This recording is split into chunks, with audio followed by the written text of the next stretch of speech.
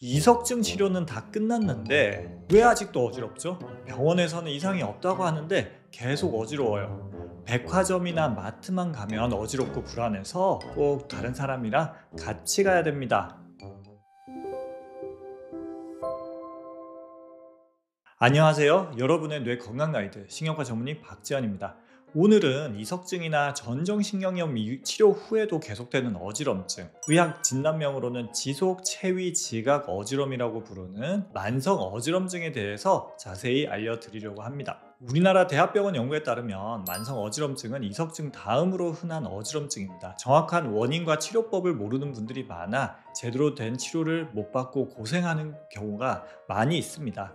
이 영상을 보시는 분들도 아마 어지럼증이 오래 반복이 되거나 오래 지속되고 있는데 원인은 좀 불명확해서 되게 고통을 받고 있는 분들이 계실 겁니다. 오늘 영상을 보시면 내 어지럼증의 원인을 조금이나마 더 알고 어떻게 관리해야 되는지 알 수 있을 거라 생각합니다. 저는 17년차 신경과 의사입니다. 어지럼증, 두통, 신경통증 등 신경계 질환을 전문적으로 진료하고 치료하고 있습니다. 환자 사례 먼저 이야기 들려드릴게요. 40대 여성분입니다. 1년 전 처음에 이석증이 생겼는데 그 이석증은 그렇게 어렵지 않게 며칠 만에 다 좋아졌다고 합니다. 그렇게 지내다가 5개월 전에 이석증이 재발했고 치료를 하고 나서 심한 어지럼증은 며칠이면 좋아졌다고 합니다. 하지만 이후에도 어지럼증이 자꾸 반복되는 게 혹은 지속되는 게 문제였다고 합니다. 가만히 있어도 어지럽고 걸을 때도 비틀거려서 혼자서 밖에 잘 못 나간다고 하셨습니다.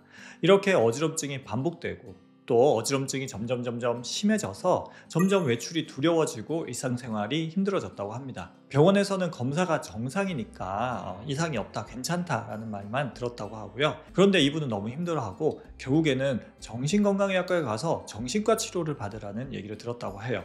본인이 생각하기에는 나 정신적인 문제 아닌데 단순히 심리적인 문제로 어지러운 게 아니라 내가 느끼는 어지럼증은 진짜야 라고 생각을 하고 있어서 저희 신경과까지 찾아오게 되었습니다. 의학적으로는 지속 체위 지각 어지럼증이라고 부르는 이 질환은 영국 연구에 따르면 전체 인구의 약 4%가 겪고 있을 정도로 흔한 어지럼증입니다. 쉽게 설명하면 자라보고 놀란 가슴 소뚜껑 보고 놀란다 라고 설명드려도 되고, 저 같은 경우는 어지러울까봐 어지럽다라고도 설명드립니다. 지속 체위 지각 어지럼이라는 단어가 좀 어렵다 보니까 저는 이석증 후유증으로 많이 생기니까 만성 후유 어지럼증이라고 설명을 환자분들한테 드리면 잘 이해를 하시더라고요. 이 어지럼이 생기는 이유는 뭐냐라고 하면, 한번 심한 어지럼증을 겪게 되면 우리 뇌는 교란을 느끼게 됩니다. 예를 들어서 우리가 배를 한참 탔다고 생각을 해보세요. 땅에 내려오면 실제로 땅은 흔들리지 않지만 우리 뇌가 느끼기에는 어때요? 흔들린다고 느껴집니다. 또 다른 예를 들어드리면, 우리가 이 딱딱한 바닥 위에 서 있으면 평소에 전혀 어지럽지 않습니다. 하지만 똑같은 딱딱한 바닥인데 바로 옆에 낭떠러지라고 생각해보세요. 우리 뇌는 심한 어지럼증을 느껴서 그 자리를 피하게 만듭니다. 우리 몸을 보호하기 위해서. 그래서 우리 뇌는 엄청 민감한데 여러 가지 상황에서 착시 현상을 잘 느끼게 되고 교란을 잘 느끼게 됩니다. 한 번의 심한 어지럼증 혹은 여러 가지 경험 혹은 반복되는 어지럼증은 뇌에 교란을 일으키게 되고요. 예전에는 어지럽지 않던 상황에 어지럽지 않았어야 되는데 어지럼증을 느끼게 만드는 것이 지속 체위 지각 어지럼증이라고 생각하시면 됩니다. 지속 체위 지각 어지럼증의 가장 큰 특징은 일반적인 전정 기능 검사에서는 정상이라는 것입니다. 그래서 많은 분들은 검사는 정상인데 어지럼을 느낀다라는 표현을 정말 많이 하십니다. 그리고 몇몇 상황에서 이러한 어지럼증을 더 많이 느끼게 됩니다. 예를 들어서 걷거나 서 있을 때처럼 몸이 움직이는 상황.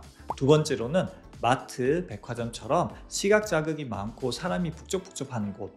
세 번째로는 컴퓨터 모니터를 보거나 스마트폰을 볼 때. 네 번째는 피곤하거나 스트레스를 받을 때 더 심한 어지럼증을 느낍니다. 이러한 지속 체위 지각 어지럼증은 우연히 생기는 것이 아니라 대부분 특정한 사건이나 질환 이후에 발생합니다. 저 같은 경우는 크게 두 가지로 나눠서 봅니다. 하나는 질환 이후에 생기는 경우, 두 번째로는 환경적인 요인이나 심리적 요인 이후에 생기는 경우입니다. 질환성 요인 중에서 가장 흔한 것은 이석증입니다. 이석증이 워낙 흔하기도 하고 어지럼은 워낙 좀 심한 경우도 많고 반복되는 경우가 많아서 그렇습니다. 그리고 전정신경염이나 메니에르병, 편두통성 어지럼, 그리고 반복되는 실신 이후에 이러한 지속 체위 지각 어지럼증이 생기는 경우가 많이 있습니다. 환경적인 요인도 지속 체위 지각 어지럼증을 유발할 수가 있는데, 심한 멀미를 경험하거나 공황 발작, 극심한 불안이나 스트레스, 머리를 부딪히는 경우, 교통사고로 인해서 목이 손상이 되는 경우,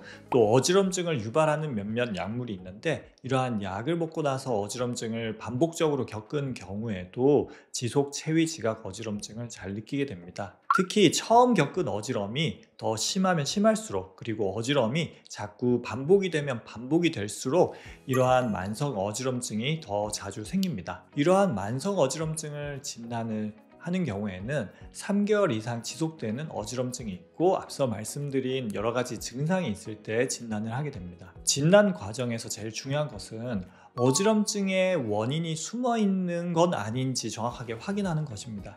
실제로 제 환자분들 중에서도 다른 병원에서 검사가 정상이다라고 듣고 왔는데, 다시 처음부터 꼼꼼하게 검사해보면 원인이 발견되는 경우가 많이 있습니다.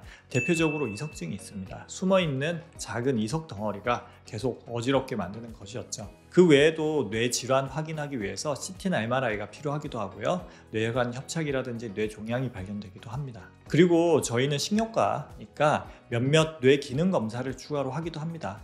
뇌파라든지 뇌연료 초음파 검사라든지 자율신경 기능 검사 같은 걸 해보면 어지럼증이 있는 분들의 대부분은 이러한 검사들에서 조금씩 이상이 나오는 경우가 많습니다. 그래서 이야기를 듣고 꼼꼼하게 검사를 해서 정확하게 진단하는 게 첫 번째로 중요하고요. 이제 진단이 됐으면 치료를 해야 되겠죠.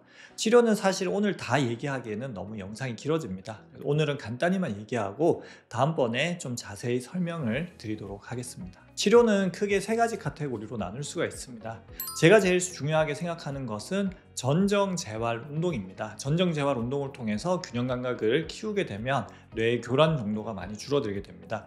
두 번째로는 약물 치료입니다. 세로토닌을 올려주는 약들은 뇌 기능을 회복시키고 어지럼증을 완화시키고 이러한 지속 체위 지각 어지럼증을 치료할 수 있다는 것이 여러 연구에서 밝혀졌습니다. 세 번째로는 생활습관 조절입니다. 잘 자고 건강하게 식사를 하고 규칙적인 운동을 하는 것이 어지럼증 치료의 첫 번째입니다.